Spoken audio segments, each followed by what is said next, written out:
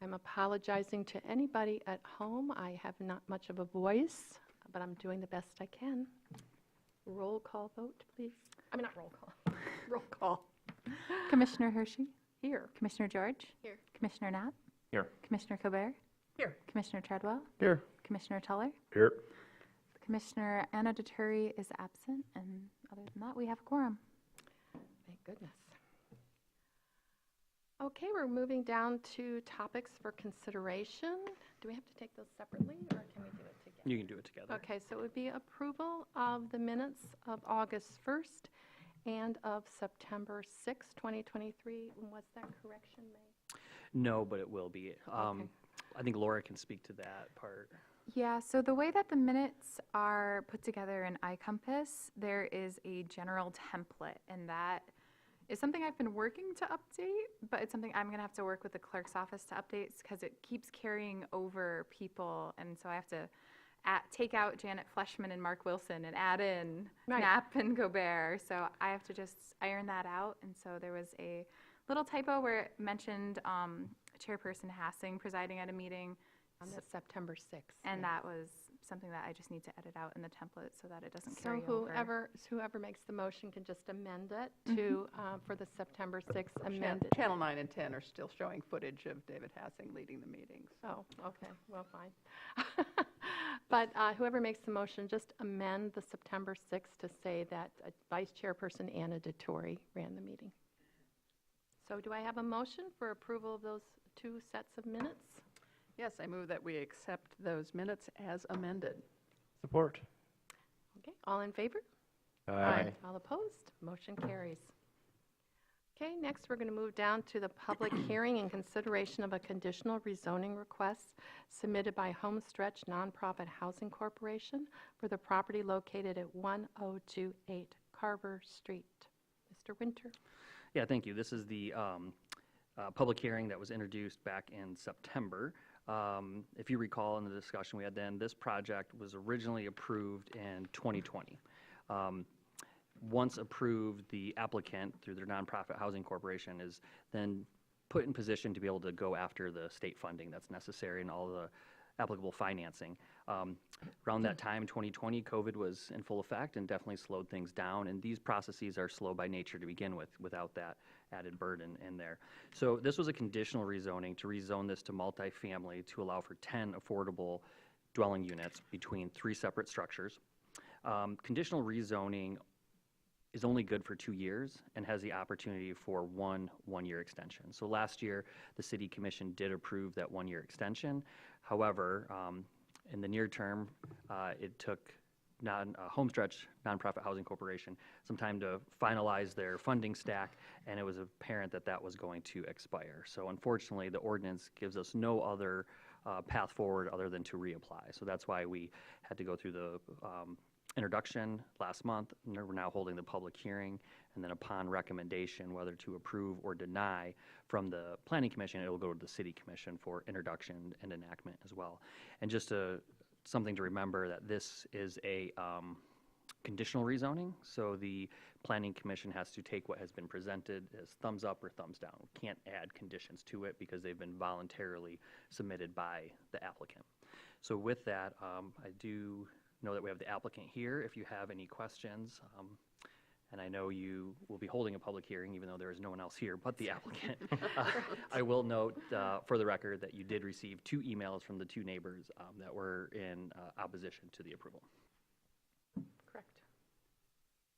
Does anybody have anything to say before we open the public hearing? I just appreciate the renderings that were forwarded on to us earlier today. Mm-hmm. Certainly help conceptualize what they're planning. I think I was on the Planning Commission when this came through the first time, and I remember being excited about it, so I plan on being excited about it again. Mm-hmm.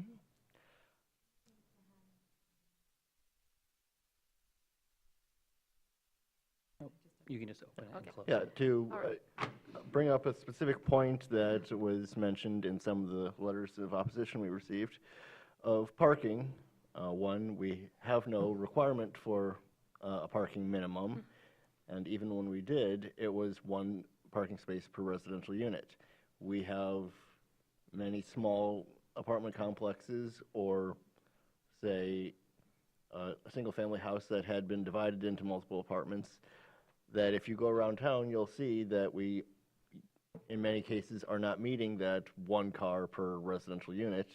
If you look at the largest housing complex in our downtown, Riverview Terrace, at 150 Pine, they have 115 units with 43 parking spaces.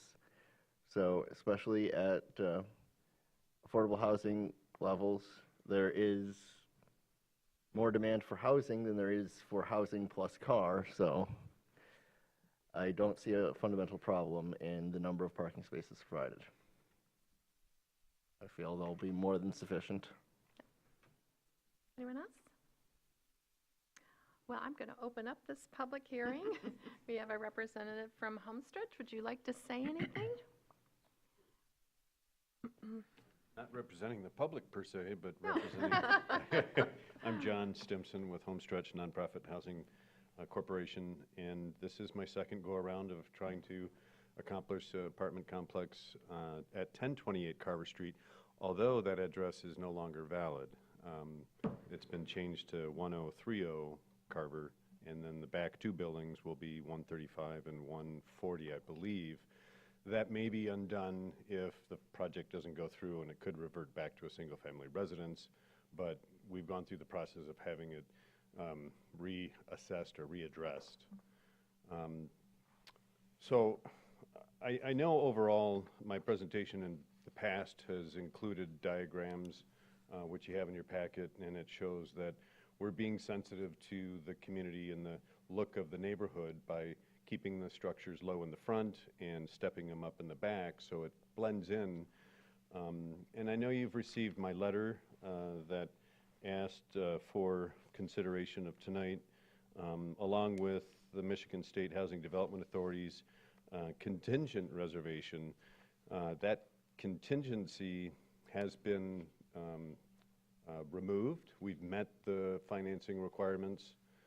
So we are now on a path of a 2-year time frame to deliver these units as it's outlined in their letter that I included when I asked for this consideration of zoning amendment.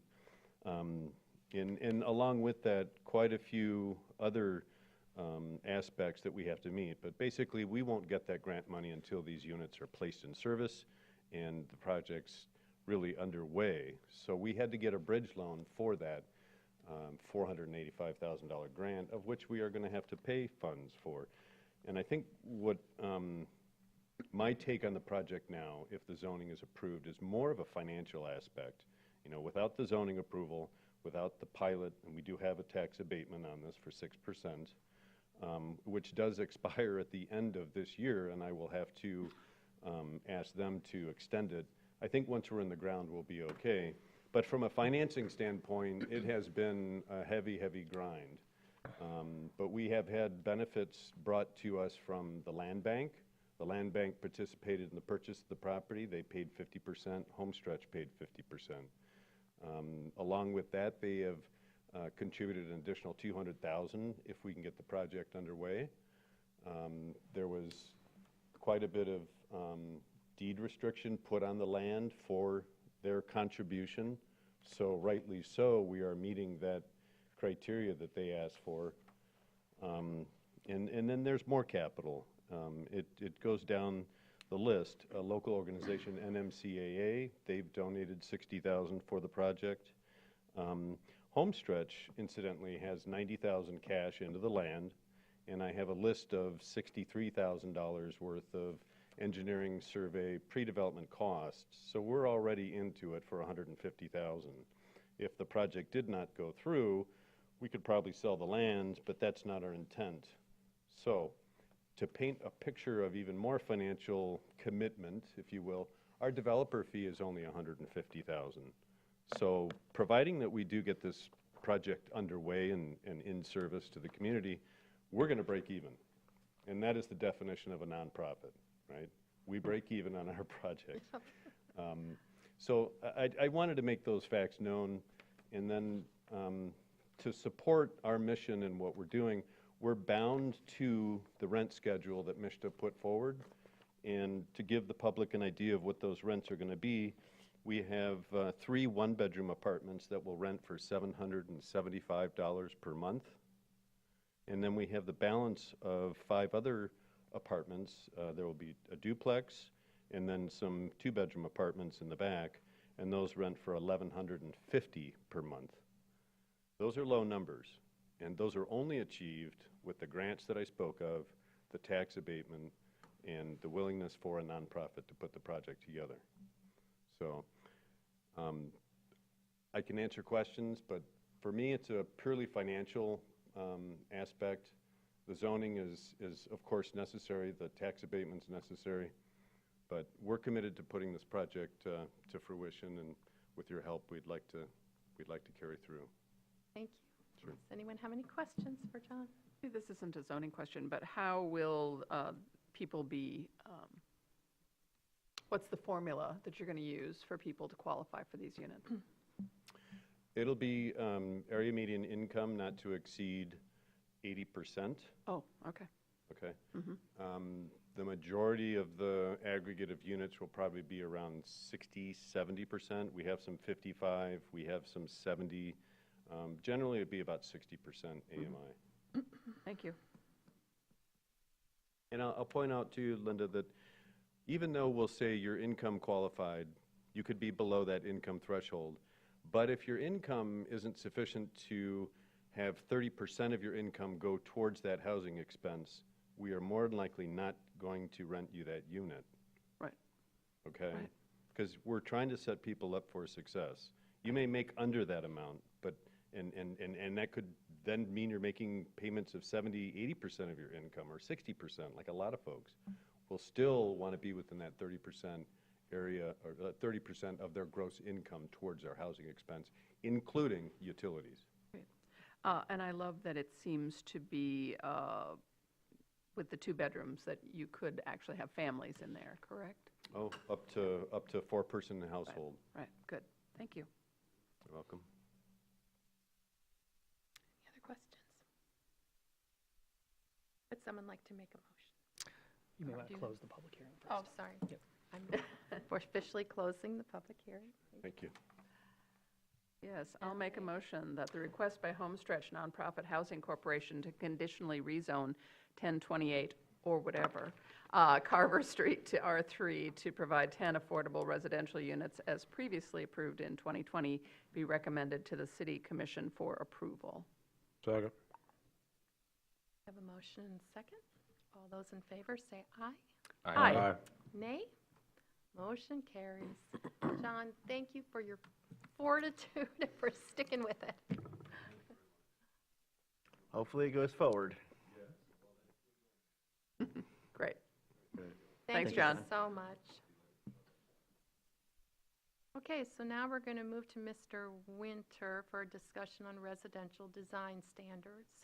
Yeah, thank you. So this topic on the agenda tonight is not requiring any action of the Planning Commission, just an opportunity for a discussion. So this is precipitated from some of the public concerns that Commissioner Colbert, now see I get confused because she says Colbert and I say Colbert. So It's who- Colbert. It's It's Colbert. Colbert. It's Colbert. Stephen is Colbert. Okay. I There's go no by L in Colbert. her name. Well, it depends on if you're talking about the character or the person. Yes. Yeah, so Commissioner Colbert reached out to staff, and we had a meeting with Susanna Tobin. She's the chair of the Historic District Commission, has been for, I think, 20-some years at this point. Another local planner named Brad, who works in private practice, and we talked about some of these. So I just want to walk through some of this, some of what you've been hearing at the Planning Commission level, if you've been paying attention to the City Commission level, some of the things that you've been hearing, and to clear up some maybe misunderstandings, provide context and things like that to some of these comments. So I want to preface this all by acknowledging we have this provision in our charter that simply states, among other things, that provided no ordinance respecting standards for the construction, repair, maintenance, improvement, occupancy, lease, or sale of housing other than hotels, motels, and that designed to be built, leased, or occupied by 3 or more families shall be essentially adopted unless first approved by a vote of the people. So in other words, we're limited in what we can do with 1- and 2-family structures. I've had the opportunity to talk to the city attorney about this. This came about from a proposed property maintenance ordinance that was being introduced at the time. People did not want their property regulated like that, so this charter amendment was adopted. It's interesting because, you know, on its face, the language says what it says. You can't, you know, regulate the construction of these things. However, we do have the Michigan Zoning Enabling Act that does allow us to do certain types of regulation, size of buildings, density, lot sizes, things of that nature, protecting environmental features. So you think of things like surface limits to protect runoff. Those are going to supersede this charter. But anything that we talk about today that the Planning Commission expressed interest in that we want to explore further will have to be reviewed with the city attorney. Admittedly, today she said it really hasn't been challenged by this. It's kind of always been sitting out there, but nothing has really ever posed a reason to test it, legally speaking. So I have a question about that. I mean, could the people who wanted short-term rentals in our residential areas have used this to? I would say no on that because there is case law that commercial short-term rentals are a commercial use essentially, and you can regulate the use within a district. Okay, thank you. Yep. I So thought we were on solid ground. no, I It's think we like, are. Yeah. what? No, this is more about the building itself and things like that. So And it certainly goes beyond maintenance, the way it's written. When it talks about construction and improvement, it goes way beyond maintenance, if that's what it was originally intended to be. I would agree with that. So again, I'm just putting that out there as something that needs to be considered through the conversations, more so what we as staff would probably do with the city attorney to get her recommendation on. So, all right, first topic I want to talk about is form-based code, because we hear about that a lot, that, you know, we can't adopt any of these ordinances. Just on the last slide, you talked about not wanting to go too far and risk getting it challenged.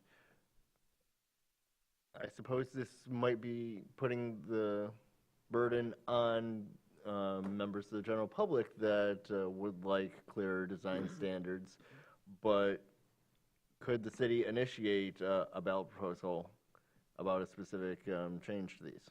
They could, because this says it has to first be approved by the voters. And I brought this up to the city commission end of August when I gave a presentation, but it was more in the context of a rental inspection program, because people were bringing that up, but this would prohibit that, and that's why we don't have one for 1 and 2 families. So 3-family units on up, our department inspects, I think every 3 years or every 2 years, something like that, but we can't do it for 1 and 2 family. Not only can you put it to the vote of the people, a program to get adopted, the other option could be to put amending the charter to remove this provision to the vote of the people. All of that, though, as Commissioner Hershey and I were talking today, really is the purview of the city commission rather than the planning commission. But those are some of their options that they could have to consider. So, all right, first thing I want to talk about is form-based code, because it gets thrown around there a lot, and I don't know if a lot of people fully understand the concept of form-based code. So we just want to talk about it a little bit. So our modern form-based code emerged in 1982. So there was a development in Seaside, Florida, or in Florida, called Seaside, that was laid out and designed by a husband and wife team, Andres Duani and Elizabeth Platter-Zyberg. Very well-renowned planners, some of the initial leaders in new urbanism that you're probably familiar with in establishing that. They were able to design and regulate everything from scratch, because they were starting with a blank slate. And I want to emphasize that, because that's going to come up throughout the conversation. They weren't trying to integrate form-based code into an existing development pattern. They were creating essentially a new development pattern by the regulations in their form-based code. So this is the design that they came up with at Seaside. Has anyone ever heard of Seaside? Yeah. Has anyone ever visited Seaside? Yeah. So it's a very unique city. It's quite fascinating the way they have it laid out. Everything integrates. It definitely has the tenets of new urbanism throughout. Very walkable, mixed use, very minimal parking. You have public squares and areas and things like that. So from that rendering, this is the actual built environment that code was able to regulate and institute. And then for kind of like a little broader pulled back view, you can see it there nestled within the coast there of Florida. So to kind of compare that a little bit, most people are used to what we call conventional zoning or Euclidean zoning. It has nothing to do with geometry, but Euclid, Ohio, where the first test case that went before the Supreme Court, which determined that, yes, governments can, in fact, regulate the use of land originated. So conventional zoning focuses more on the uses and their separation. And this was at a time when industry was very dirty. So we wanted to make sure industry and residential were separated. And from that came separations of commercial and office. And frankly, a lot of our suburban development pattern where you can't live where you work and things like that, and you start to separate that. So it can and often does include design guidelines. It often includes some arbitrary standards, like how many dwelling units per acre, or what the floor area ratio for the lot can be, which is kind of an archaic design technique, or even parking requirements. I can promise you there's no science to parking requirements. It's a very arbitrary standard. Form-based code, on the other hand, focuses more on the built results or the form of the structures and less on their uses and their separation. So it supports the integration or the mixing of uses, focusing more on the box rather than what's going on inside of it. The goal there is to have predictable built development pattern, but it's not necessarily design standards that a lot of people, I think of when they say form-based code. It can have that, and we'll talk about that in a minute. But with form-based code, the real emphasis is on what we call the public realm. So that space from building facade to building facade on the other side of the street, which includes public land, which is the right-of-way, as well as the private land and the facade, which is private. But how do those buildings and the amenities around it contribute to the feel of that public realm? So that's the emphasis on form-based code. So there's 5 main tenets of form-based code. So it's not just something you can simply add into your zoning ordinance. It's a whole new way of zoning. So the first is a regulating plan, which most people would think of that similar to a zoning map. So these are the different kind of categories or areas where we have different form patterns allowed. You have your public standards, so that which contributes to the public realm.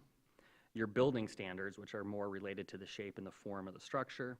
How things get approved. The whole idea about form-based code, since it's supposed to be more predictable, is most things are approved by right, because you're looking at the building itself. If you meet all those, we've sacrificed caring about the rest to focus on the building, so we can approve you quickly based on those standards. And of course, a section on definition. So a lot like any other zoning ordinance.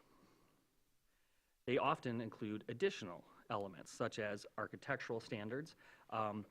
These almost exclusively apply to the commercial buildings, not necessarily single-family homes, but they can at times, but primarily you see those for commercial buildings. Landscaping standards, signage standards, environment resource standards, such as maybe stormwater management or setbacks from wetlands, and then annotation, which is usually a set of pictures or diagrams and text descriptions of what the language of the code actually means. And I just want to point out that conventional zoning, like kind of more what we have, includes a lot of this too. We have landscaping standards for the public realm. Outside of the R1 and R2, we do have some architectural standards. That's another conversation if those need to be revisited or revised at any point. We regulate signage, we regulate stormwater runoff and things like that. And of course, we do have definitions as well. So what I want to talk about next is what we call a hybrid approach, which actually is what we have here in Traverse City more so than a conventional zoning ordinance. So this blends components of conventional and form-based code zoning together. So form-based code often performs, I want to point this out, poorly in places with existing development. I mentioned that earlier because you already have development that has occurred over 100, 150 years in our city. So you have all different types of forms. So then to suddenly prescribe to that area one set of form necessarily, you end up creating a lot of nonconformities. That can bring into some legal questions on how you implement that. Just for context, Chief Tuller brought it up in staff today, and some of you may remember, but the Planning Commission did explore form-based code for 8th Street at one point. They had a whole subcommittee working on it and ultimately abandoned the idea because, again, it is a challenge to integrate that into an existing development pattern. Were either of you on He that? was. Chief was, yeah. So I can tell you firsthand, locally, 2 communities where they have tried to do this and they really struggled. So in 2014 or 2015, Acme Township adopted form-based code for a large chunk of the township. And full-blown, not hybrid, but like they had the regulating plan, the text and the annotation. It was really exciting at the time. It became extremely challenging to actually implement because a lot of what was happening is you had an existing building. Well, that building doesn't meet the standards. Well, they are going to build an addition. Well, how do you incorporate all these new standards into that part that's an addition without looking wonky from what already exists in the building and so on and so forth. So in 2020, 2021, they rewrote their zoning ordinance and they got rid of the full-blown form-based code and integrated the hybrid approach. So Village of Sutton's Bay, similar story. They adopted form-based code and they completely repealed it from the ordinance altogether, specifically because of how poorly it was working in the single-family residential districts. So just sharing some of the lived experiences by some of our neighbors here. Were you the planner in Acme when that was going on? Yeah. Yeah, I started Great job. right after it. And I rewrote the ordinance for them at the time, too. So, again, form-based code, as I mentioned with Seaside, it really does work best with greenfield development, or if you have a built environment where you have a tremendous amount of blight, where you know it's going to be complete redevelopment occurring. So one example that we actually have here in Traverse City is Morgan Farms. Morgan Farms has like a form-based code approach in that they have the pattern book. Not saying it's without its challenges, those of us that have administered it, but that's an example of taking a greenfield and being able to start from scratch and really laying out all those standards in a more harmonious way than incorporating it.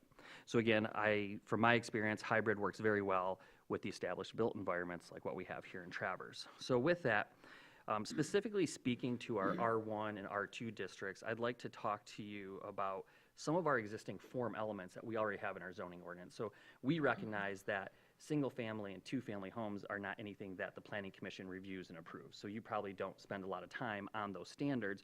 And as planning commissioners, if you don't spend a lot of time on those standards, it's likely the general public doesn't either. So they may not know what we look at when we go through this. So some of the tenets of form-based code that we have in our current zoning ordinance, Mitch hit on the first one on the last agenda item. We don't have any parking requirements for downtown or residential uses. So that is very much a form-based code element. In fact, when we do have parking requirements, they're quite minimal compared to other communities. And in many cases, specifically retail, office, medical, and financial, we have parking maximums. So we're limiting the form of the parking lot. We're not letting people build that massive sea of asphalt just for that one day a year on Black Friday or something like that. We do not have density limits for residential uses outside the R1 and the R2, where we limit it to one family or two family. Again, going back to the idea that we're going to regulate the box, you can figure out how many units and what unit mix is most appropriate for within that box. As I mentioned earlier, we do have some commercial design standards that contribute to the public realm. So we say like downtown, you have to have brick or masonry exterior facade on the street facing. We have minimal window requirements on the first floor. We require that our windows be recessed 4 inches so you get shadow lines, vertical and horizontal modulation to buildings so that we're breaking up facades. We have entrance requirements, in some cases like a minimum if you have a very large building of every like 90 feet so that it's not just one entrance into other word monolithic structure. And we also have minimum building width. So a lot of our lots, even when we say you have no side yard setback, a lot of our districts say you must occupy at least 80% of the width of the lot so that you're filling it and you're contributing to that public realm by building in that kind of wall that creates the outdoor living room, if you will.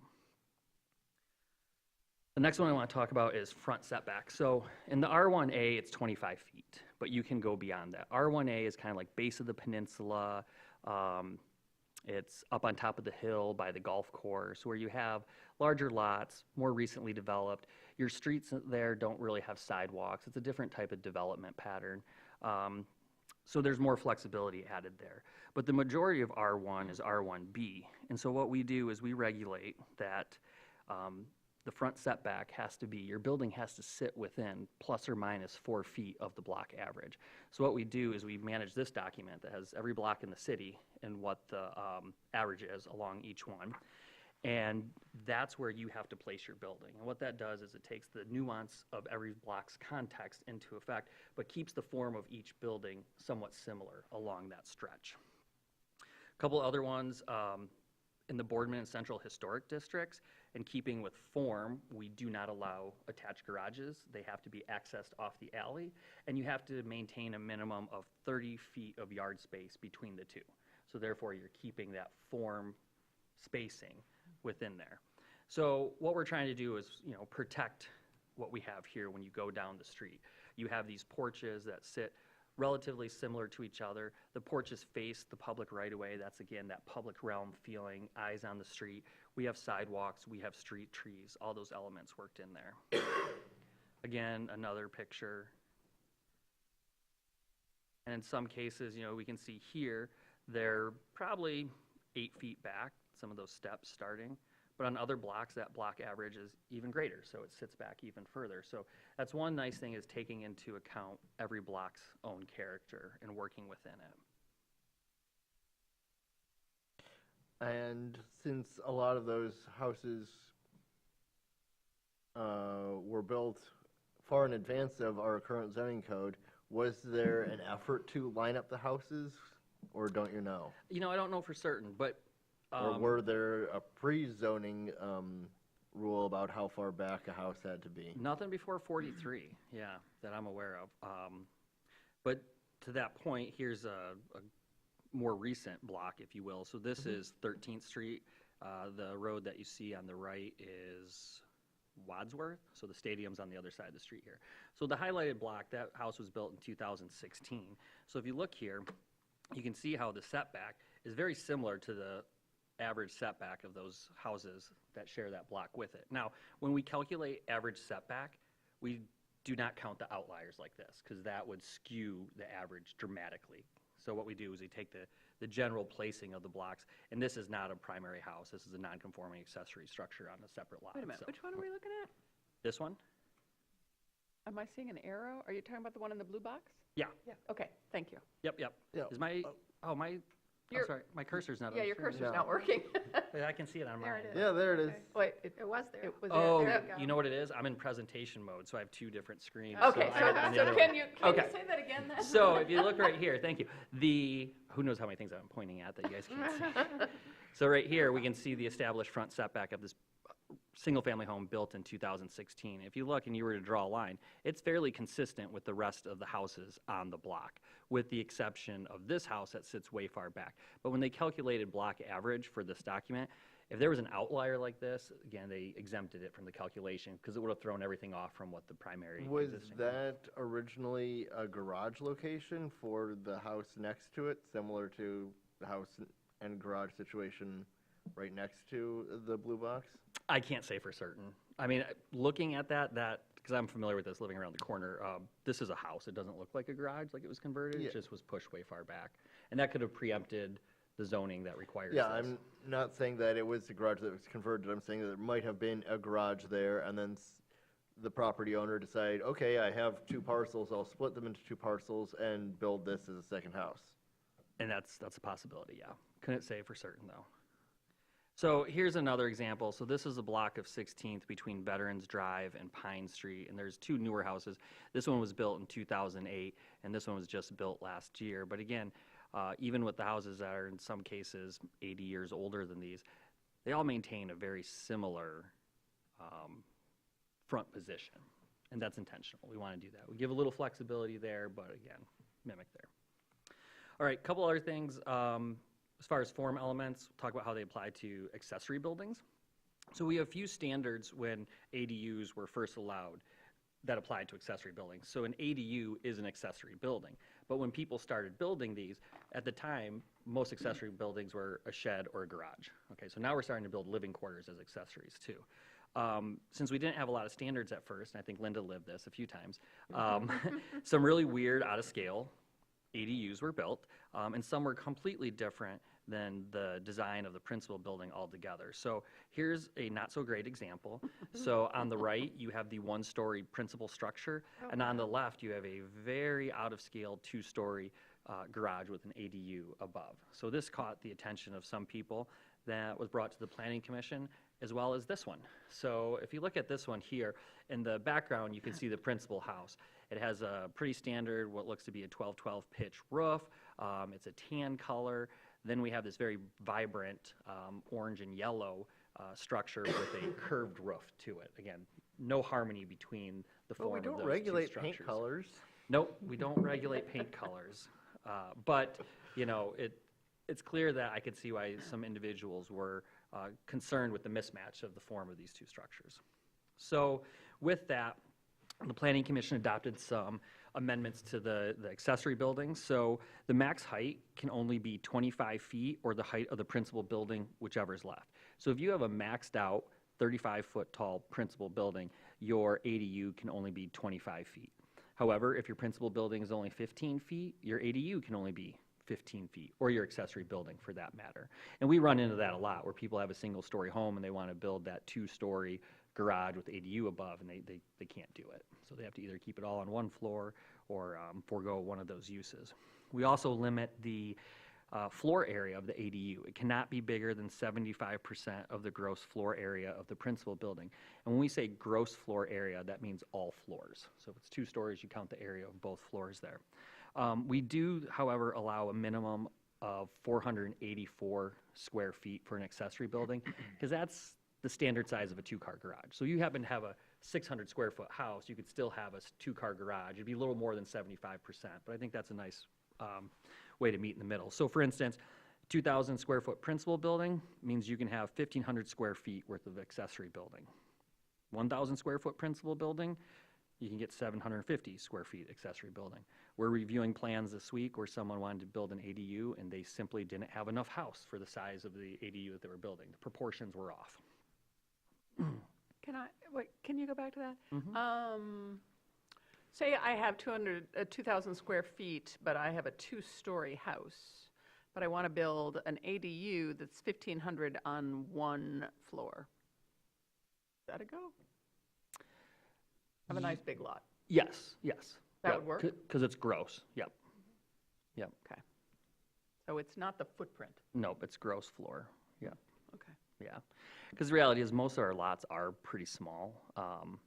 You know, it was interesting, and this will come into conversation a little bit later, because I was talking with assessing, and this has to go with the lot widths and whether they get combinations to build big houses, and it doesn't really happen. And he's, you know, the assessors around here all talk, they're all part of the same county equalization. And he's like, compared to the townships around here in the city, we actually have really small houses, because we don't have the large lots to really expand on and things like that. So, And the floor area includes any concrete pad used for car storage or other stuff? Within the structure. Yes. Within the structure. And there's nuance to it, like stairwells. We only count one floor that the stairwell takes up, you know, Yeah. just to kind of make it more fair. And we also have, we don't count. But if there was an external staircase, that wouldn't count. No. And we don't count that portion, let's say the ceiling is sloped below 6 feet, because you can't stand underneath it. You can't really, you might push a dresser up there, but you're not going to occupy it. So I think Jim and I were both here when these corrections got made. Are you satisfied with these? Is this? I mean, it definitely gives us teeth, and Yeah. some of the ones that I've seen out there, I think, are much better than what I showed just a little bit ago in Yeah. those pictures. And we're able to now have something to tell people, like, no, you can't. You got to turn that down, or you got to cut this back in size, or something like that. So, but before, without the regulations, we didn't have much to hang a hat on. And this is only for an ADU that is a fully separate building. If you have an attached ADU, it doesn't have to.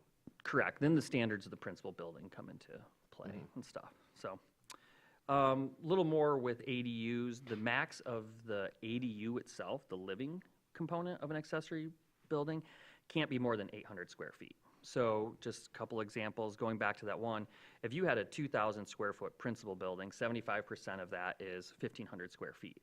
Well, if you maxed out 800 square feet for the ADU, you're only left with 700 square feet for, say, the garage or another use. So we see people making those choices sometimes because they want the garage on the first floor. You're typically not going to have the smaller story on the first floor and a bigger. So a lot of times you kind of mess around with those numbers a little bit.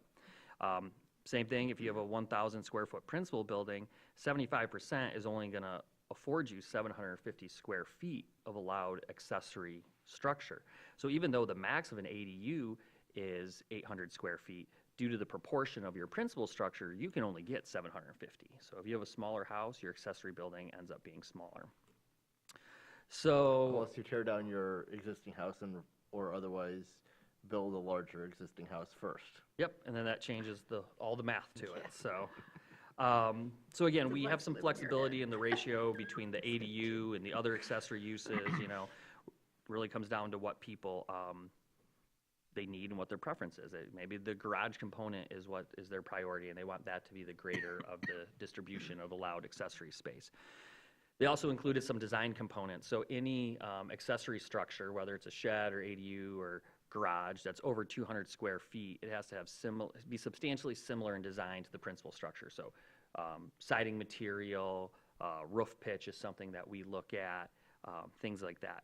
And we also want to point out that any accessory building that requires a permit, so over 200 square feet from the building construction code office, has to get Historic District Commission approval as well. So they're looking at it from an architectural standpoint, and the Boardman and Central Neighbor Historic Districts. So if your house has a pitched roof, your accessory dwelling could not have a flat roof? Right? No, nope. And if it has a pitched roof, it needs to essentially have the same same pitched pitch. roof. Yep. Yep. And so with these standards in place, the outcomes have been much more predictable and, again, I'd say harmonious. So here we have an example. This is on Cass Street, Cass and 9th, I think the second house in. Sorry, with the foliage you can't see, but you can tell same color, same type of lap siding, same roof pitch. Waterfront properties, we allowed the accessory structures to be roadside, but again, we can see here that we have the same type of like shingling, siding that you have in the background here, same type of fascia board, sorry, thank you, and roof pitch, same colored material. Do the windows have to match? You know, we try to get them similar. You know, that's where that substantially similar in design part comes in, where we kind of work with them. And frankly, most people want them to match, since we're already moving you towards a match in the structure. It hasn't really been much of a problem. Here's another one where we have the ADU on the left and then the principal structure on the right. Again, roof pitch, fairly similar. We do have this kind of gingerbread molding here. Same vents up in the corner up there, white trim throughout. And we use the same thing when it comes to flat roof structures. So on the left, you have the ADU. On the right, you have the principal structure. Here you have a case where they're both about the same height, because it's 2 stories, which is typically about 25 feet. So the accessory structure's roughly equivalent, which is the max it can be. But you can see that they work in that same kind of wood texture, unique window placements and things like that, and colors. Is that on 10th? I think it is, yeah. Yeah. All right, so now we'll talk about a case study, 124 South Oak Street. Is it North Oak Street? Yes, it's north. Because this one gets referenced a lot. Yes. So, you know, detached accessory buildings, and this was built, they were allowed to be connected by a breezeway. Again, somewhat limited in the parameters of those breezeways. So the owner ran a connected breezeway the entire height of the house to the back. What further impacted this one is that they did max out other dimensional standards, such as height, width of the building with the side setbacks and all that, impervious surfaces and things of that nature. That did create a massing in a scale that was out of context with the homes surrounding it. So if you're not used to it, it's a very modern looking structure. It does have a flat roof, has a lot of unique textures and elements to it, a lot of glass. But you can see right here with the house to the right, based on the size of the house, or sorry, the left, that it is quite a bit out of scale compared to what was built around it. A lot of this, and this shows it well with that long wall going back, that's representing that connected breezeway. So just a couple other perspectives from the rear and stuff like that. So solution, Planning Commission amended that section and put a little greater teeth in the ordinance and limited breezeways. First of all, they're prohibited in the Boardman and Central District. They're only allowed now on corner lots. This here is an interior lot, so you couldn't even have an attached garage in that case. The maximum that a breezeway connecting the accessory building to the principal building could be is 10 feet long, 15 feet tall, and it can't take up more than 100 square feet of area. So this could not be built today. This happened in a previous time, and the standards have changed, and that level of massing and height connecting the accessory building to the principal is no longer permitted. All right, so I want to just talk at a high level about design standards. Now we've talked about form-based code, we've talked about some of these standards we've done to regulate the form of the building, but when it comes to design standards, or what some people might think of as architectural standards, there are some potential charter limitations, as we mentioned at the onset of this. Outside of the established historic districts, most neighborhoods really struggle to exhibit a dominant design or architecture. That's, again, going back to the fact that most of our neighborhoods have been built out over the period of 100, 150 years. So different architectural standards existed, different construction methods existed throughout those time periods, therefore different building structures occupy those neighborhoods. So outside of those historic districts, it's hard to really establish what design would be the one that needs to be emulated or reflected in the code. And that's one of the challenges of, say, a public neighborhood versus a subdivision with an HOA that can have bylaws that's, again, starting from a greenfield perspective and can regulate all of it, all being constructed at the same time. So I live in a part of the city off of 16th Street where a road was put in the early 1980s, and all the houses were put in within 2 years of each other. It goes up a hill. Given the time period, they're all split levels. But that's, again, 2 blocks that were built at one set time, not over a long period. So as I've been hearing these conversations. And I wouldn't be surprised if 50 years from now, when those property owners have time to put on additions or do renovations, you see a little more heterogeneity in that 2-block span. We're starting to as well. So I'm on Arnold Court, and then 17th also has a lot of split levels. They seem to work well. I'm not an architect, but when you have homes built into a grade, they seem to fit nice in that. And you got the hill going up right there. And we're starting to see people do that, add more character and like architecture. They're very architecturally boring houses. I just stare at this blank wall all the time of ours, but it's what we could get ourselves into when we move back. So as these conversations have been going on, I've been trying to be more aware. So as I've been walking through neighborhoods, I've been noting the variety. So I did this yesterday and added some more slides that aren't in your packet because I did it yesterday after it went out. But this was one block of 15th Street that I walked on. And so just to visually show you some of the diversity. So starting there, that was the first house in on the block, which I will note is a duplex in the R1 district next to this house.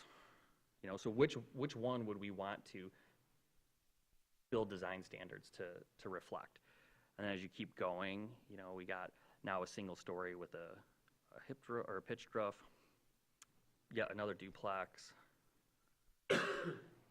There is actually a unique section in the middle of the block where there's a lot of variations of this style house.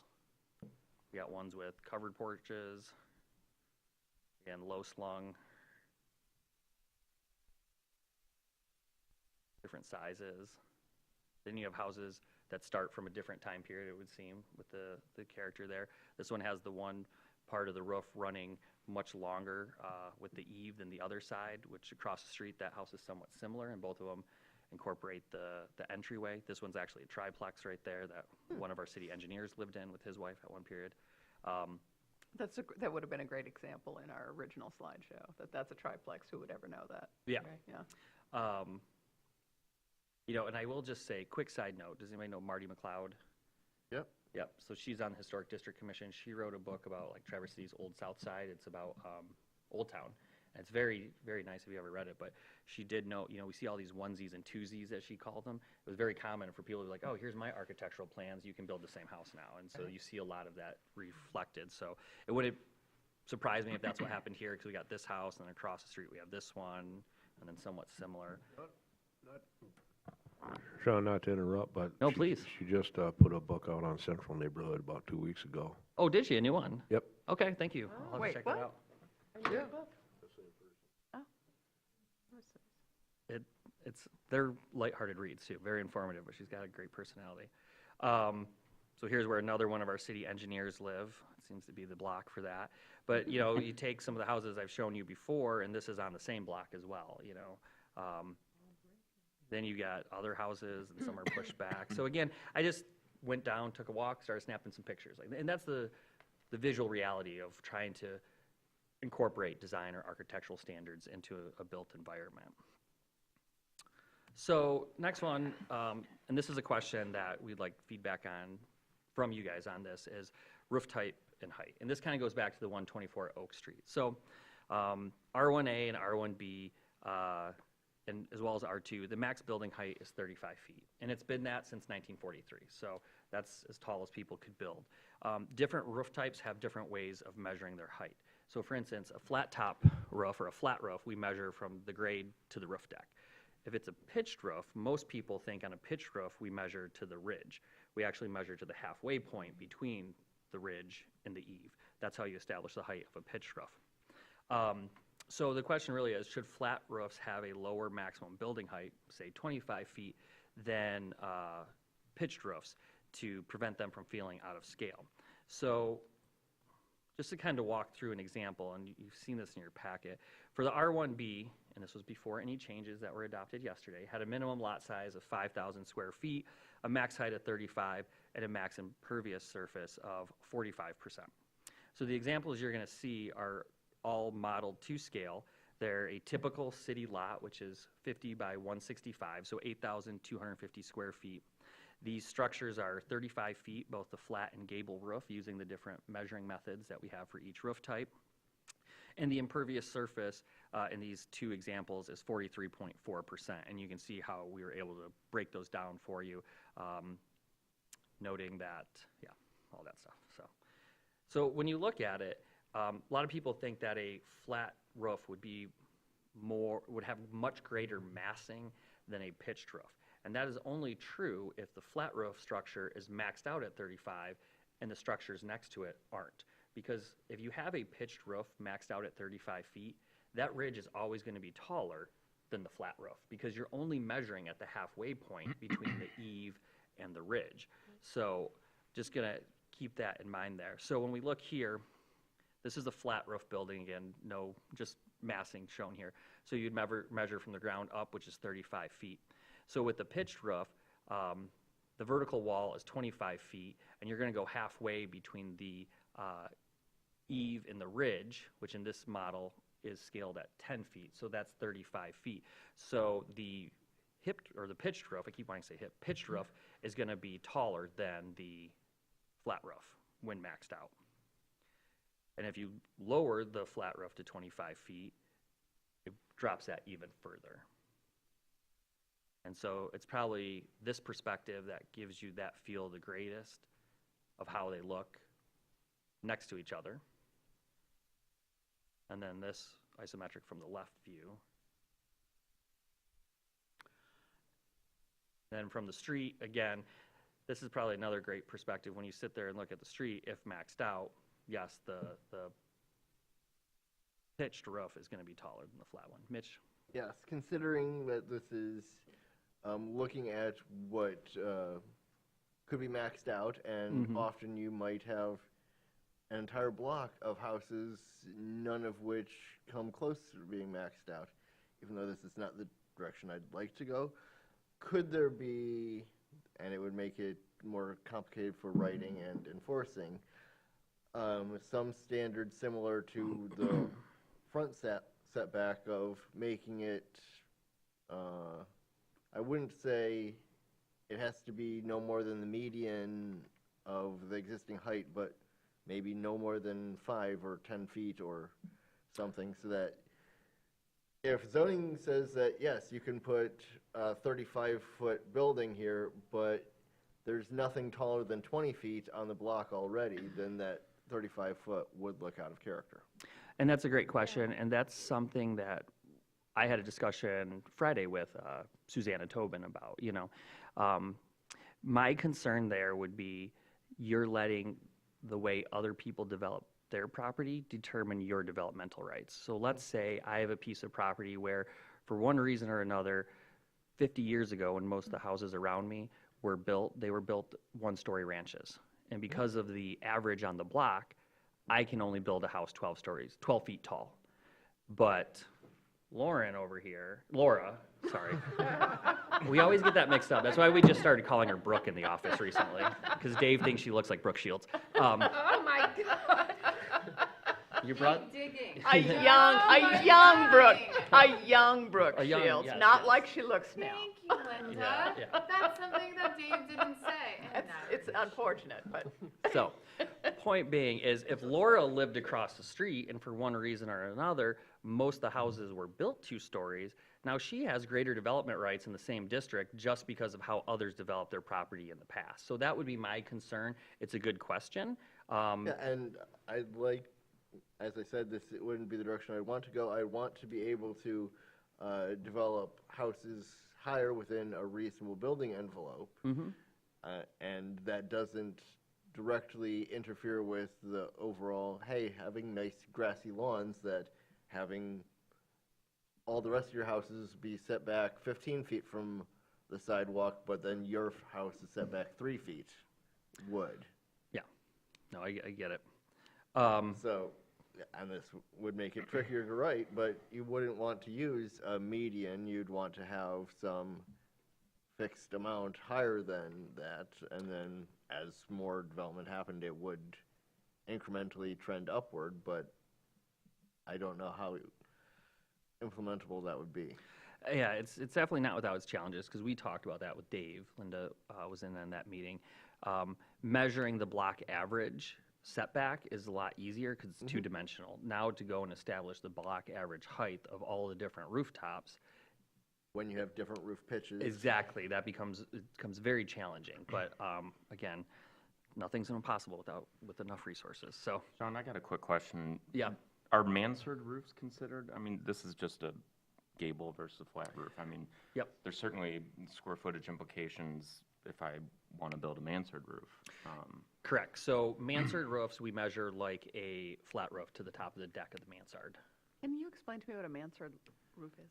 I'll let David explain, because he'll use the right words, and I'll just talk I with my meant to look hands. it up, and I People didn't. don't use those very often anymore, though, do they? Here, I can pull it up real I can only quick. draw it. Like, Okay. if it had a, like a 30-degree angle here, you see a lot of old Yeah. townhomes like that, where, yes. Yes. Oh, okay.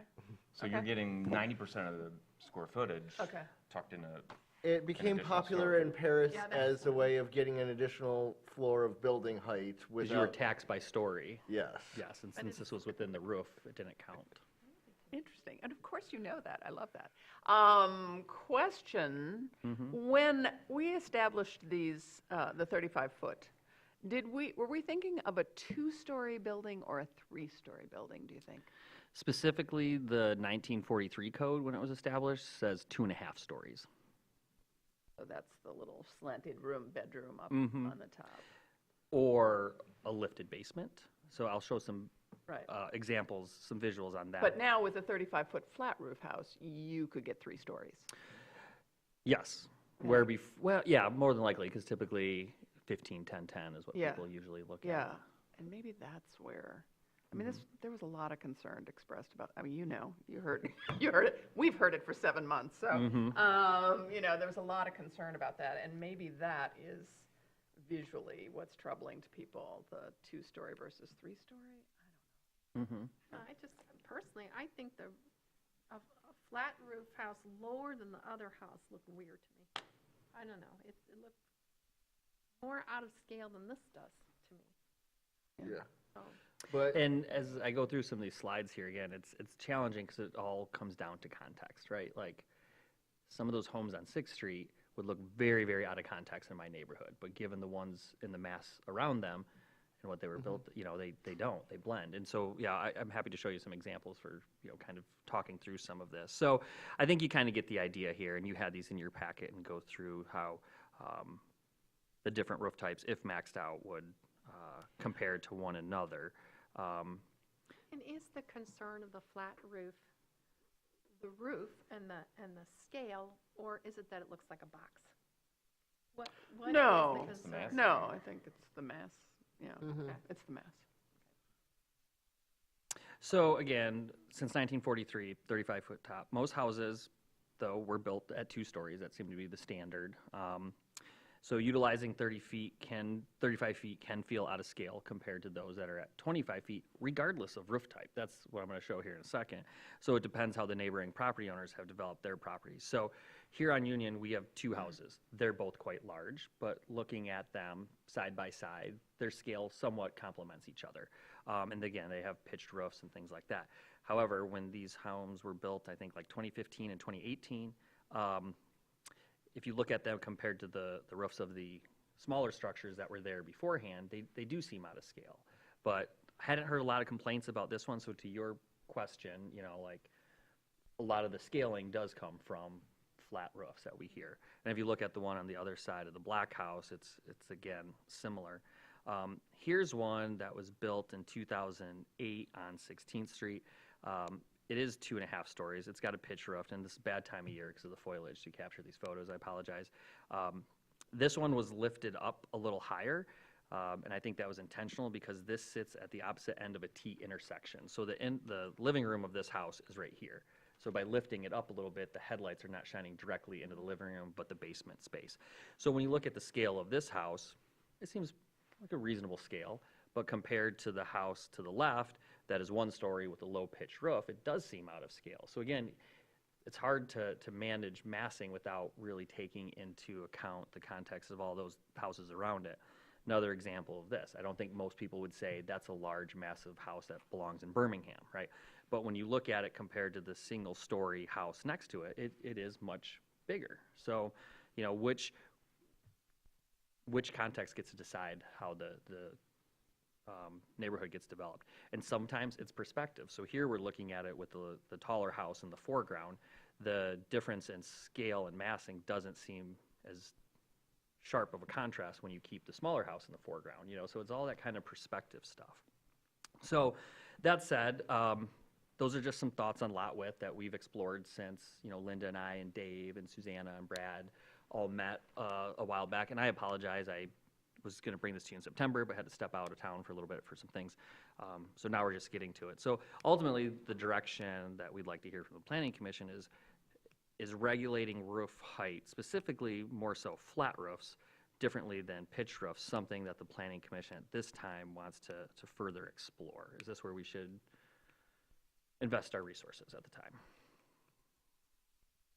I think, given real estate market forces, I think it's something we should talk about, especially if we're trying to increase density and, you know, number of units per acre or per property. I think now is a good time as any. And you mentioned Birmingham, you know, a lot of inner ring suburbs in a lot of older cities, you know, not to pick on Oak Street, but those are templates for what succeeds them. Like if you go to Chicago, inner ring neighborhoods in Chicago, they're all those buildings, whereby, you know, they knocked over a single-story shotgun like the one on the right there for that building type. And that was in the name of density and market forces.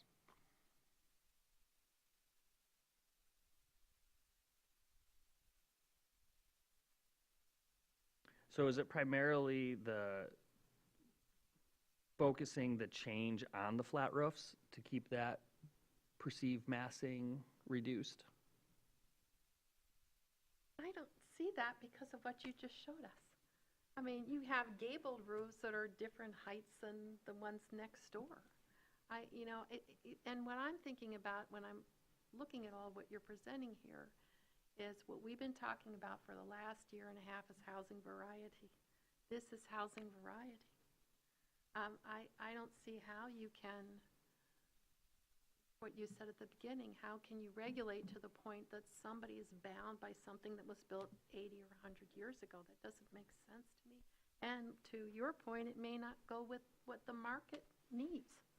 So, And I can say that there is something of a disconnect by the continued existence of houses like 124 Oak Street, that we do have a currently different measure for a pitched roof versus flat roof that was intended to ameliorate the issues of massing that's out of scale with your neighborhood character. Well, on its face, I would think that going more in that direction would be good, and then we could ensure that other new development matches its immediate surroundings a bit better. I'm worried that to do that right,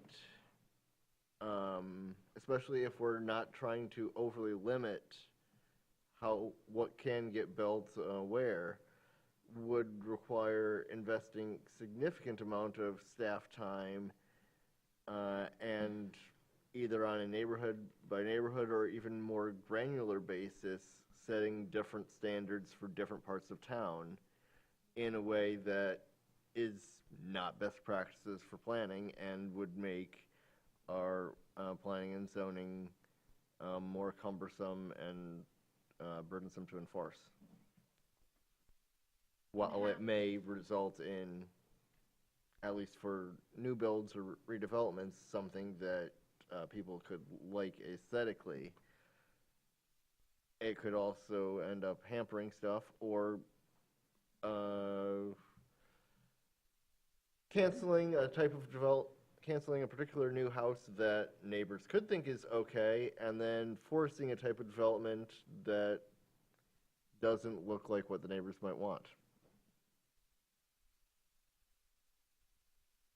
How does regulating that, and we can do that with the current charter?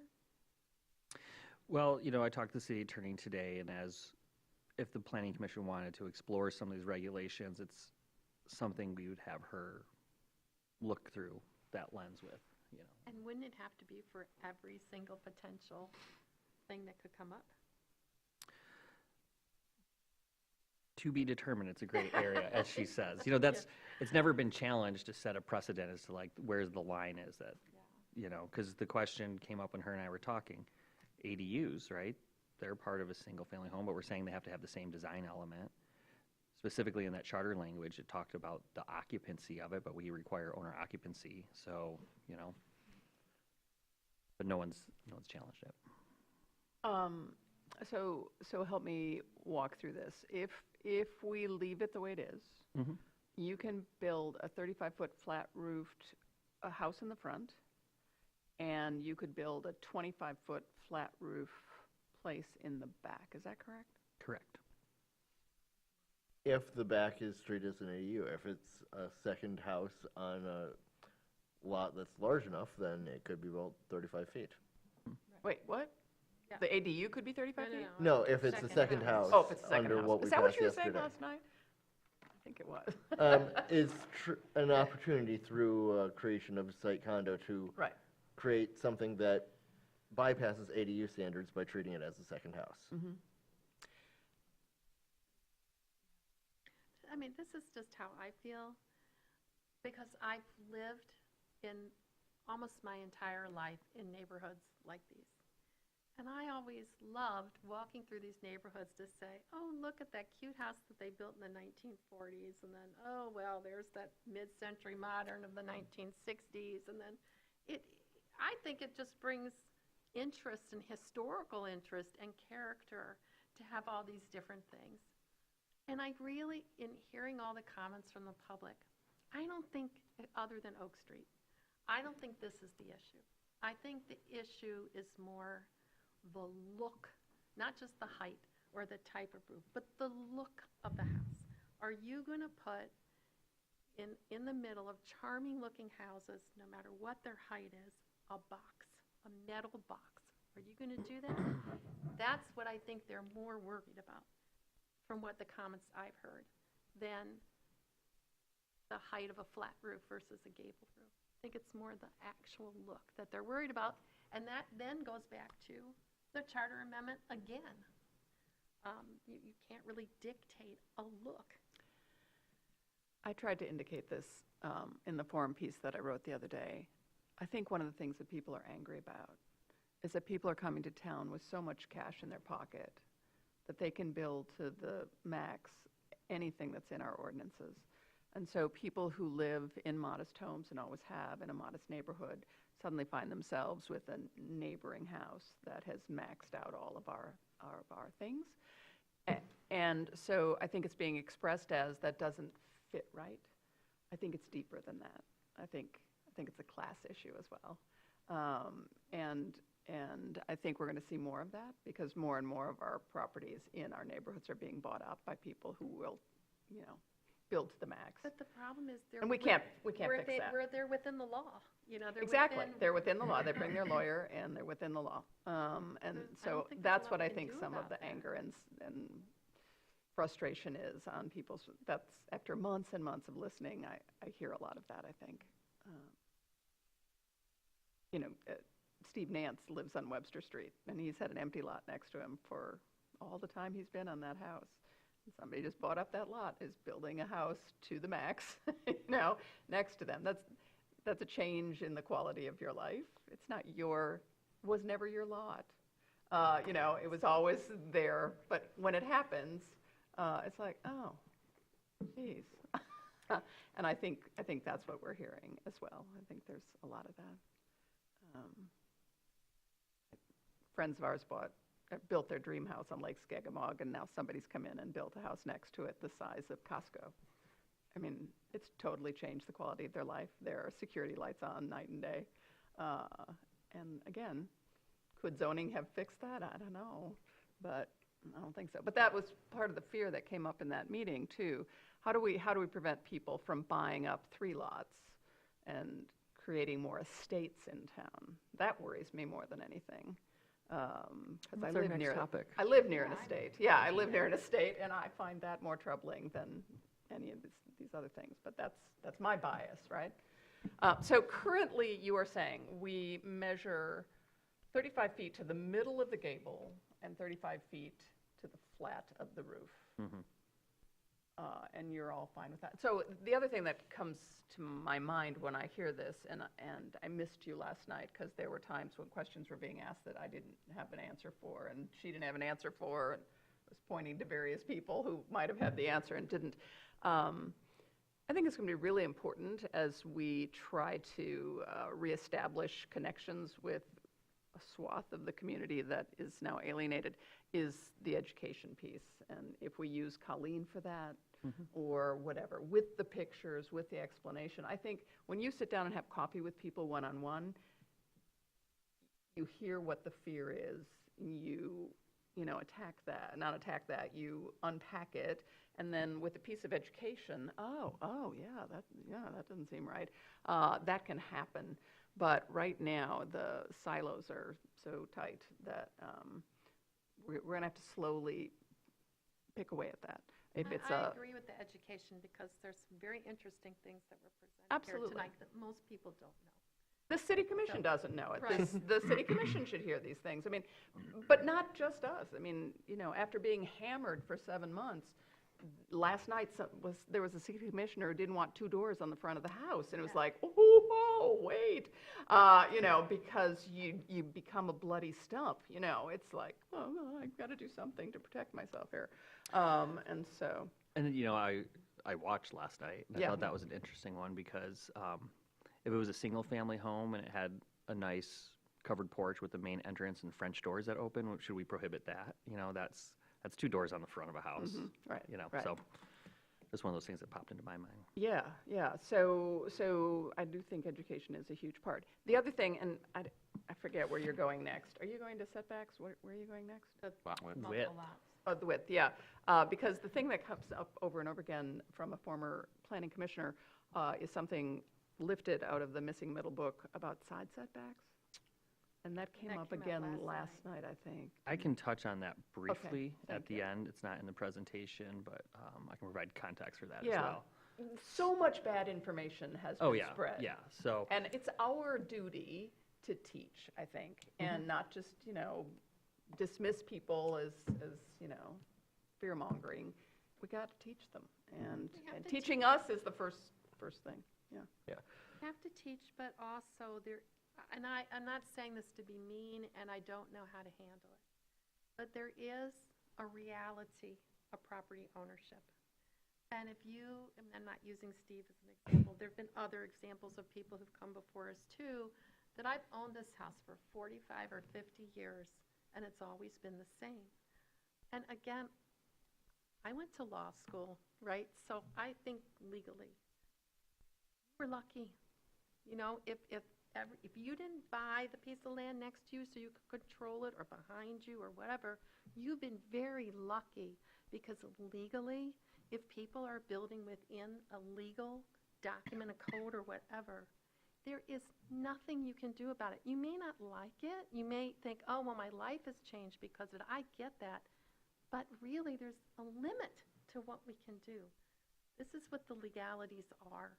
And I hope people think about that too. If you're so worried, then buy the piece of land, if you can, so you can control it. And life is going to move on, and development will move on. It has in every place I've ever lived. And so I have a little bit of a tough time with human behavior where it relates to the law. So I'm a little more understanding. We are witnessing the gentrification of Traverse City. There's no question about that. It already happened. Yeah, and so, you know, the people who are sad or angry, I feel a little bad for them, you know. They can't buy the side lot, you know, I mean, you know, they can't build another story. I know They they can't, can't, but yeah. that's the legal reality. Right. But also gentrification, this term has been thrown out so much that I just want to scream, because it means that wealthy people come into a poor neighborhood and kick the poor people out. So that is the definition of gentrification. It happened already many years ago. It's not happening now. It already happened if you go by that definition. So I'm not trying to not be understanding, but it's a balance. It's a balance of what we can do. It's a balance of what we cannot do. You know, I had somebody call me because something new got built next to her, all within code, but she had planted a shade garden 20 years ago, and now a sun garden 20 years ago. Now her garden was going to die because this building has cut off the sunlight to the garden. I don't know what to say to that, yeah, quite honestly, you know, if everything's within the law. There are legal precedents for suing about a right to sunlight. I've never heard that. Mitch has been out in the trenches. He knows what's going on. Though what the cases that have gotten the most attention are over in California, but who knows? Maybe some lawyer could find some hay to make out of there. So, But if I can, I'd like to just bring up two things while we're still on building height. One, none of these measures include, we don't have elevator shafts in single-family houses or houses that are built to look like single families as much. It doesn't include a tower, a cupola, an air vent, a weather vane, a clock tower. So it's just the normal roof line. Good to know. Yep.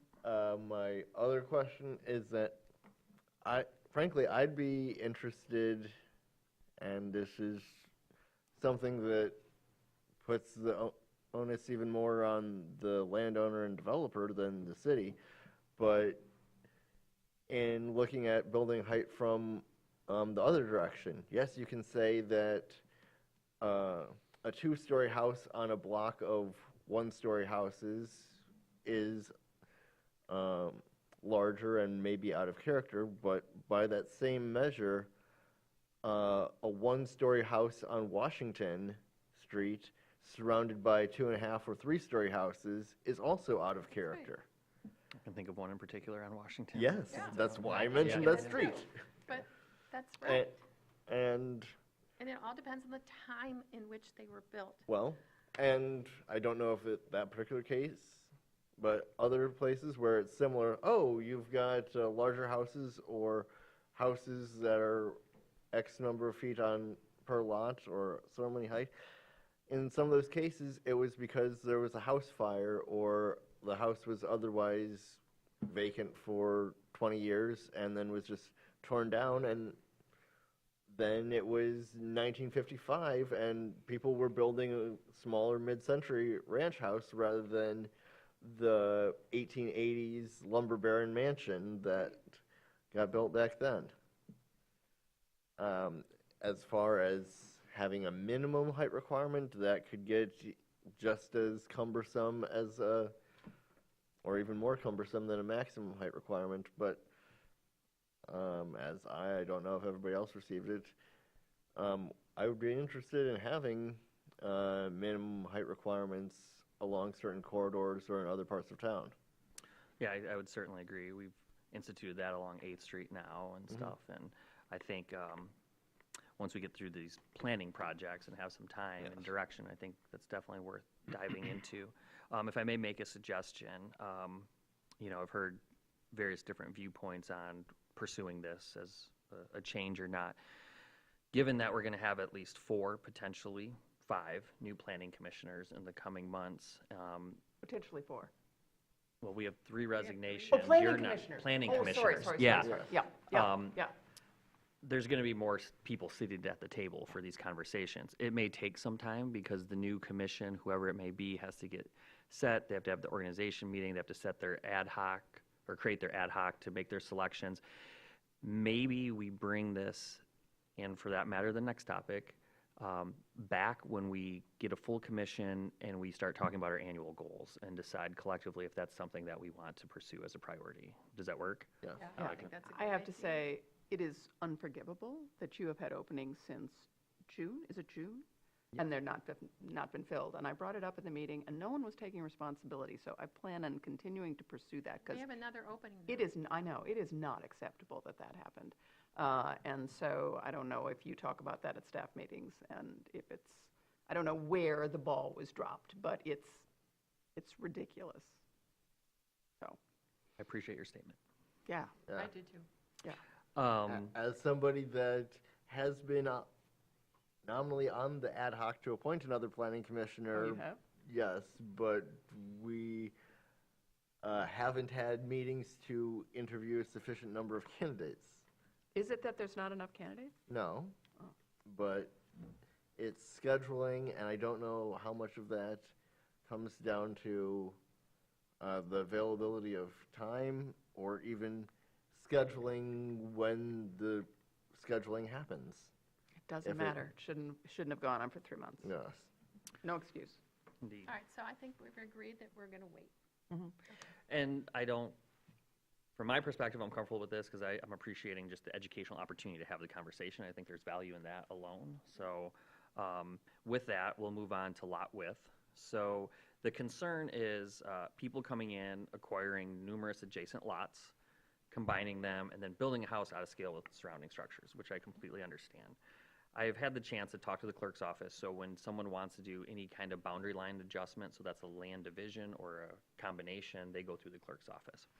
I've talked to assessing, I've talked to Dave Weston, who reviews those applications on our end. That is not something that's actually occurring really right now. It's very rare to have lot combinations.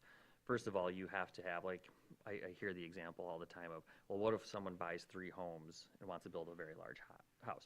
Well, you have to have 3 willing home owners who want to sell their property, someone, again, with the means to buy them at this market rate that they're going for right now, just to demolish them and to then build a larger structure.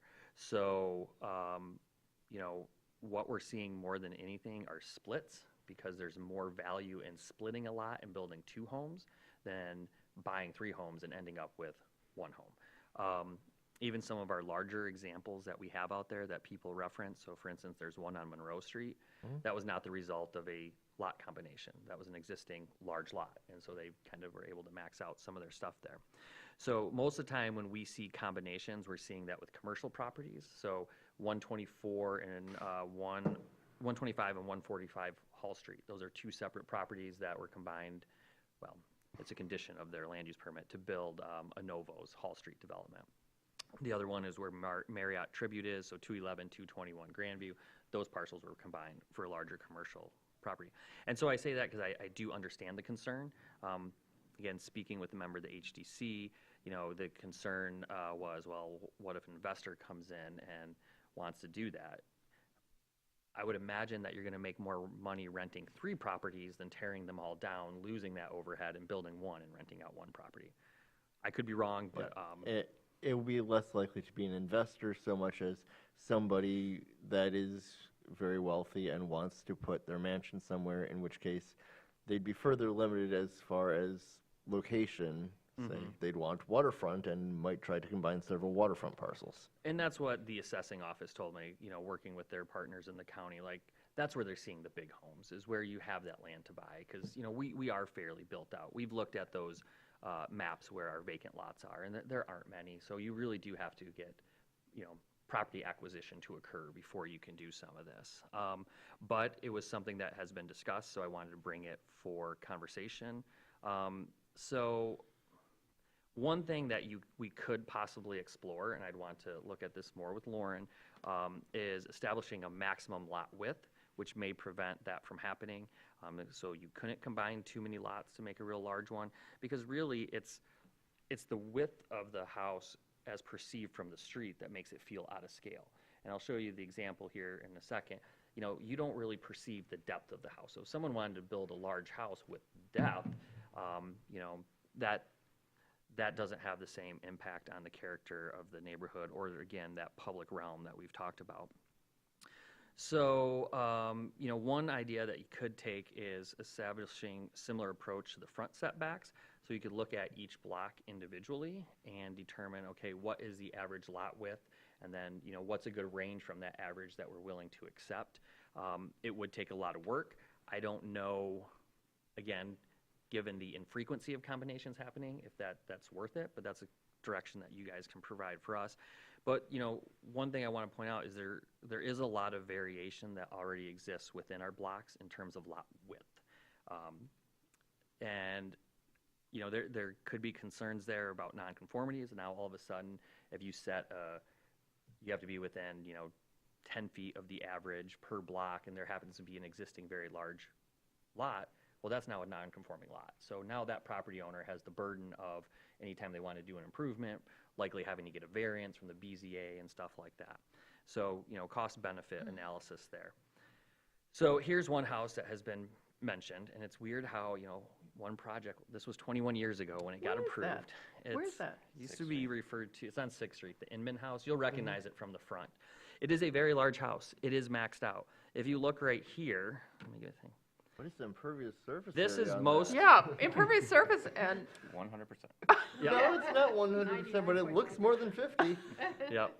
But you gotta keep in mind, they don't count patios, walkways, things like that, just the structures and the parking areas. But this is the primary structure of the house, which, as you can see, is not that out of scale of what was around it. But when they went to build their addition, they went to the back.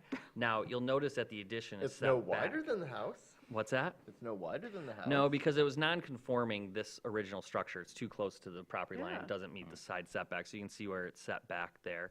But yeah, it's very, very large, no doubt about it. But when looked at from the front, you don't notice that scale, because the width of the lot, if you go back here, the width of the lot is very similar to all the other ones. However, even from the back, Brooke went and took this picture from the alley, and they actually pulled up while she was doing that. But the two-story garage kind of hides the scale of the house from the alley side as well. But once you start looking at it from the side, you can really start to see more of an imposing mass. Again, I want to point out, not flat roof, because I feel like a lot of times flat roofs get tagged as the mass intruders. Well, look at it to what was next door to it, too. Yeah, exactly. And so here's some of the other side. the masked intruders. There's a book title in it. You know, but I do want to point out too that this was a project approved by the Historic District Commission for architectural reasons. So And yeah, you can't argue that the addition doesn't have similarities in roof pitches, windows, siding, and Yep, it styling. does. It's basically, they just took the existing house, rotated it 90 degrees, and stuck it on the back. I would agree. But I think this image, with everything you've seen about the size of this house, you know, the width of the lot prevents it from feeling too out of scale. If you weren't familiar, now it sounds like Commissioner Knapp is familiar with this house, you know, but you happen to just be passing by, you may not notice all of that. So the last thing I want to end on there, as I mentioned in the preface of lot width, is that we do have a lot of variation. So we just happen to be talking about that large house on Monroe Street. So here's one block, for example. You know, we have 8 lots. The average is 55.6 feet. Well, you have 57.3 feet between the widest and narrowest lots, or, you know, a 250% wider lot from the narrowest one. So again, just looking at one block, that's the type of variation. Most of the lots, like within the core of the residential neighborhoods, when they were platted, were 25 feet by 165. Most people purchased 2 lots, so most lots today are 50 by 165. And if you look at the legal description, it'll say like lot 8 and 7 of block 12 of Hannah and Lay's second edition or something like that. And just considering the time it was, those platted lots might not match the surveyed lots exactly. You can have deviations of inches to feet. Yeah, yeah, definitely. And then there's been some cases where, you know, you have a 25-foot lot, 25-foot, and 25-foot, and the one in the middle gets split and goes to the two. So then you get like that weird 37.5 and stuff in there. So there is variation that exists. I'm just putting that out there as part of the conversation. If you're fine with it, I would take the similar approach of let's bring this back as we set our goals and things of that nature. So.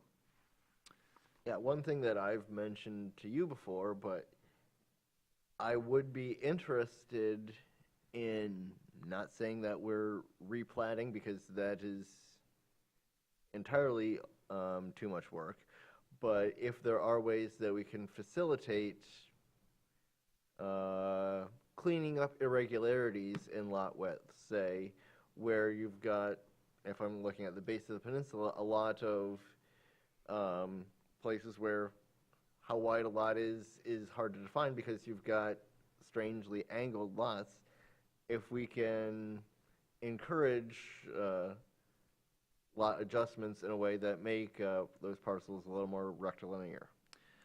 Yeah, I mean, we as a city can't do that, though. I see what you're saying, but Yeah, we can't change someone's property lines on them. But, you know, in the case of those non-parallel side lot lines, we do have a method in place, and we measure the width at the front setback line. So that's how we can establish whether they're meeting the width or not.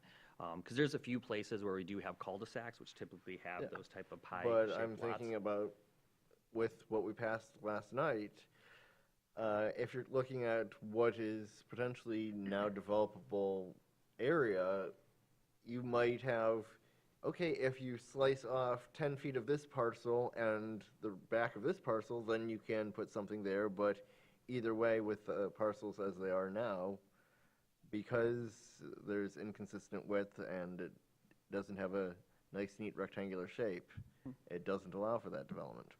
Yeah, and those are some of those constraints that we've been talking about throughout that would limit some of those things that were adopted, in fact, yesterday. So just to wrap up, because Linda, I think it was you who brought up the thing about lot depth. About what? Lot depth? Lot depth, you were talking about this, yeah, so, Setbacks. yeah, and The thing that she keeps coming up and so quoting that's something out of lot the book. depth, and Yeah. that's, so, you know, of the 300 pages in here, there's one paragraph that mentions lot depth, and specifically it talks about the context.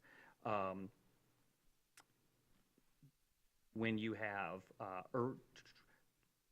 which often happens pre-1940s, where that have irregular lot patterns than the scale and form of the building that is allowed. So when you look at the image, it shows side-by-side lots that have different depths, and that's why they're saying regulate the depth of the building so that just because you know, don't rely on rear setbacks alone, because that may still allow for a really long building.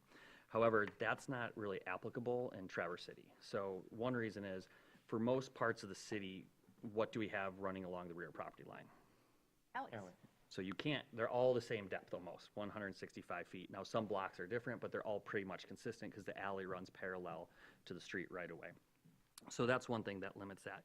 The other thing where in that example, that paragraph, they talk about building a really long building, some of those form elements that we have in place already prevent that without having to regulate that depth, because again, it's not necessary. We establish where the building has to sit along the front property line, plus or minus 4 feet.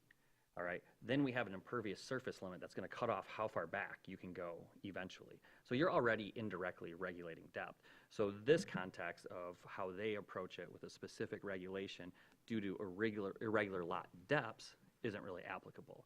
So to demonstrate that, last week we made this map. So what we did was we queried lots that have different depth ranges. Again, right here, that 165 is where most of the city is, and you can kind of see that in the blue, and I'll zoom in a minute here, but some blocks are off a little bit, so we set 10-foot ranges. And what you'll see is, especially with all the interior lots, they're almost all the same depth. You do get variation on the corners, because those corner lots had 2 street frontages, so historically they could be split. And frankly, as the Historic District's chair and I talked about, that's not necessarily bad. It adds variety at the corner of blocks compared to the consistency that you see throughout. So even if you go to different parts of town, what you'll notice is, again, very, very consistent blocks for the most part with one another. So the different colors just mean the different lot widths. Now, what you see in gray are the R1B districts that did not fall within those ranges that I did. Either they were too high or too small. Most of those properties are the schools that we have, or some really, really tiny lots. So this is the old Oak Park School, I believe it is, right here. And then everything else that you see white is outside of the R1B anyway, so it's not applicable or germane to that conversation. But pretty much anywhere you go in the city, you have blocks of consistent lot depth. So that's why that regulation isn't really applicable or necessary in our city, given the other regulatory structures that we have in place. Where that does start to fall apart is, you do get more variation where you have these strange street patterns. And then over on the east side, where you just have much more curvilinear roads and things like that, and that's resulting in different lots and orientations to different streets. But even up here, like by Comanche, pretty much each block has consistent depths to it. So glad the question came up. We were prepared because we knew it might, 'cause I know good. we've been asked a lot. But And did it also come up about side setbacks last night? Yeah. That came up as well. that part I don't recall. I mean, it did, but I don't know what the question was. So Are there side setbacks? Yes, are there side setbacks? Oh, yeah, we have, all the side setbacks. unless you're in R3 or commercial. R3 has side yard setbacks. It's mostly our commercial districts that are 0%. So that'd be another thing to put in the educational piece. The other thing that came up, and I'm sure you saw this, was, and I think you were involved in this question, if you can have a 2,500 square foot house on your property and you build a duplex, can there be a 5,000 square foot house? But that doesn't work with setbacks, right? And that got bandied about. It And depends somebody on- said, well, no, of course, it can only be the size of a house. But I think what they meant was it can only be the size that fits on that piece of property. So that didn't get related very well last night either, I didn't think. Yeah, I mean, the building footprint, if there was no parking, so let's take that out of the equation to make it simple. The building footprint, if it's 35%, you got a 10,000 square foot lot, then the footprint of the building could be 3,500 square feet. But, drop that down to a 5,000 square foot lot, now you're looking at 1,750 for that. Yep, so, yeah. So we're not changing, maybe that's the piece that needs to be told. Just because it's a duplex, we're not changing anything about the requirements of setbacks and impervious surface or anything. It's No, got and to that's follow getting the back same more rules. to that form element. Yeah. We're regulating the single family or the duplex with the same dimensional standards, but caring less about what's inside, but the shape of the structure. Yeah, the only change that affects the building envelope is impervious surface, that then if you're increasing within that 5% range, you need to conform with our now strengthened zoning code. And that doesn't, there's no requirement that if you're going from 30 to 35% or 45 to 50%, depending on zoning district, that you're building a duplex. You could be just building a very large house. Jim, do you remember anything else? You were there last night, weren't you? Do you remember anything else that came up that we, no? Okay. Okay. No, not that one.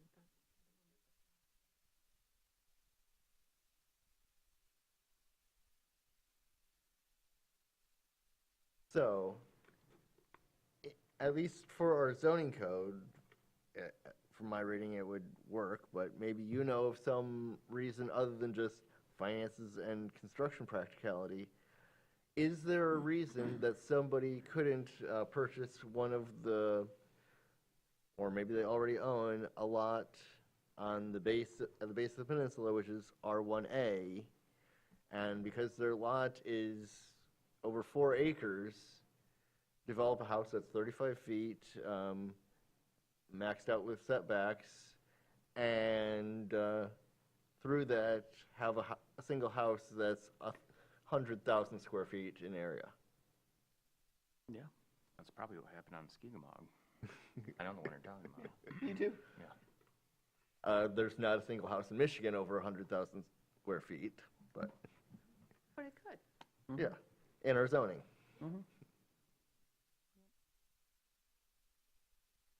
I missed, did you answer that? Oh, yeah, I mean, the answer is yes, I mean, it hasn't happened. I think I know what parcel you're talking about. Yes. Yeah. In fact, all we've had is people coming in, figuring out how to subdivide the parcel to build more houses, because that's, that's where you make your money as a builder. Yeah, like for that, there'd be the situation of Cancer Treatment Centers for America doctor, I forget his name, that purchased 3 lots in Leelanau County on Lake Leelanau, merged them together and built the largest house in northern Michigan.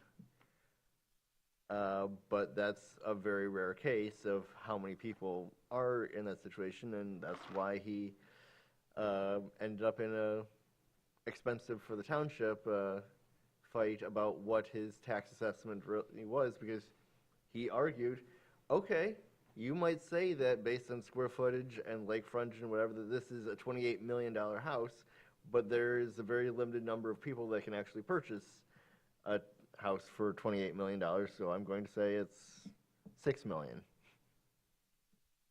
I would agree. And yeah, if we're talking about in Traverse City, the parcels along West Bay that are long, they are much more amenable to having, say, 5 houses that are close together with a shared driveway and shared beach access. Mm-hmm. Correct.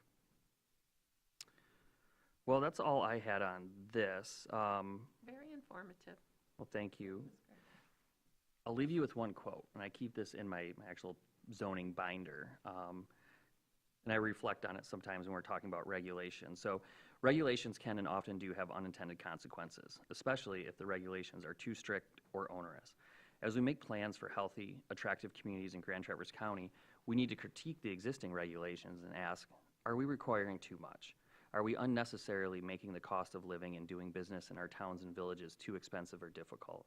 Are we driving folks out into the hinterlands where more resources are consumed and travel times are increased? Are we unnecessarily forcing compatible uses to be separated? We need to make sure that the regulations are helping us achieve our vision and not move us in the opposite direction. If we want developers to play by the rules, let's make sure we have the right set of rules.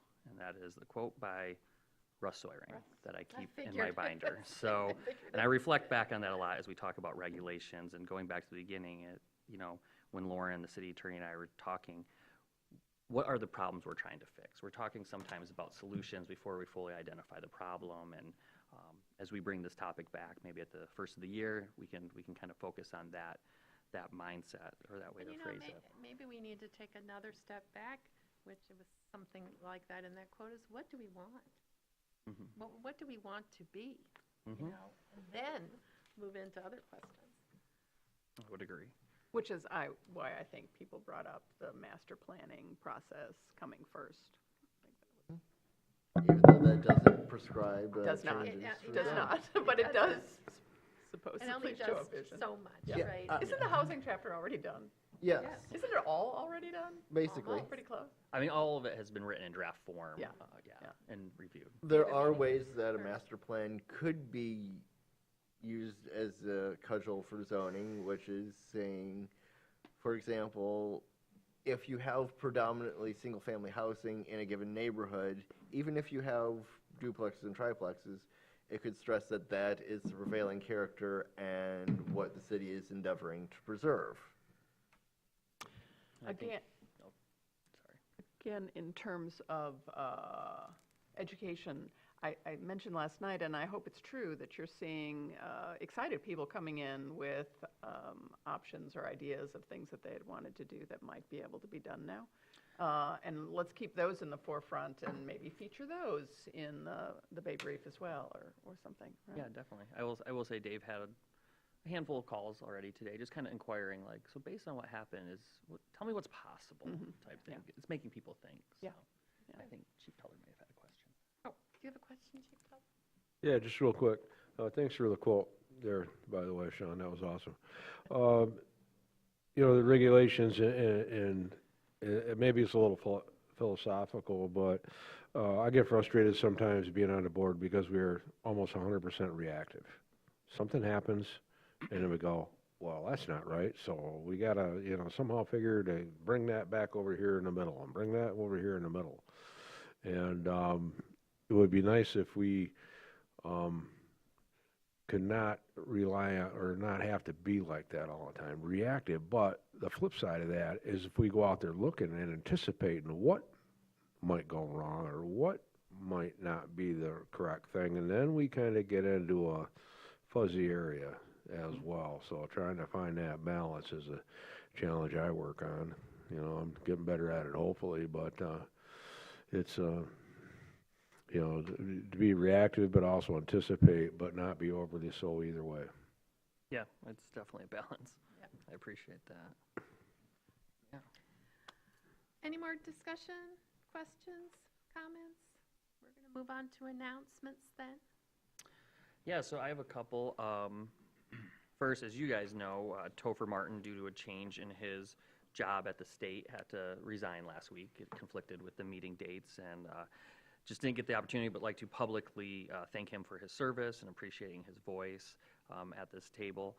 With that, Linda, I believe this is your last meeting with us. Is it? So there's one on the 7th. We're supposed to serve until the 13th, and you don't have enough people. Do you need us to come on the 7th? Well, No. Or do we have No? a meeting on the 7th? That's 11th. We don't have meetings on the 7th because, it would be moved to the 8th yes. because So of the election. Technically, according to Richard, we're on the clock until the 13th. So we'll jump to that topic on my announcements.